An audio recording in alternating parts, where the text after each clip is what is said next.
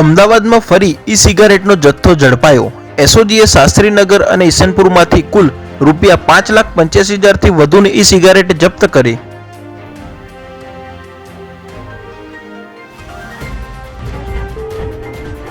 શહેરના મકરબા વિસ્તારમાં આવેલ કટારિયા શોરૂમના ટીમ લીડરે ગ્રાહકોની કાર બુકિંગના રૂપિયા બારોબાર ચાઉ કરતા ₹5,80,000ની ઠગાઈની ફરિયાદ નોંધાઈ।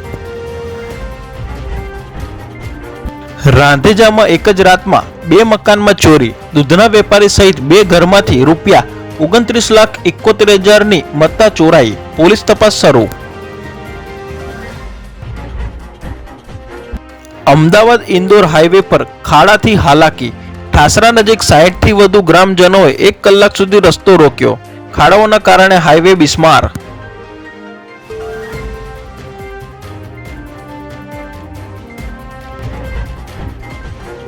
નડિયાદ સાયબર અટેક કેસની તપાસ હવે એનઆઈએને સોંપાઈ।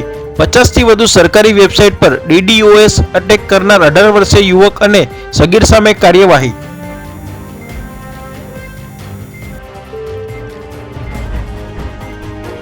ખેડામાં પ્લાસ્ટિકના ગોડાઉનમાં ભીષણ આગ, દૂર દૂર સુધી ધુમાડાના ગોટે ગોટા જોવા મળ્યા। એક ઝૂંપડું આગની ઝપેટમાં આવ્યું, અફરાતફરી મચી।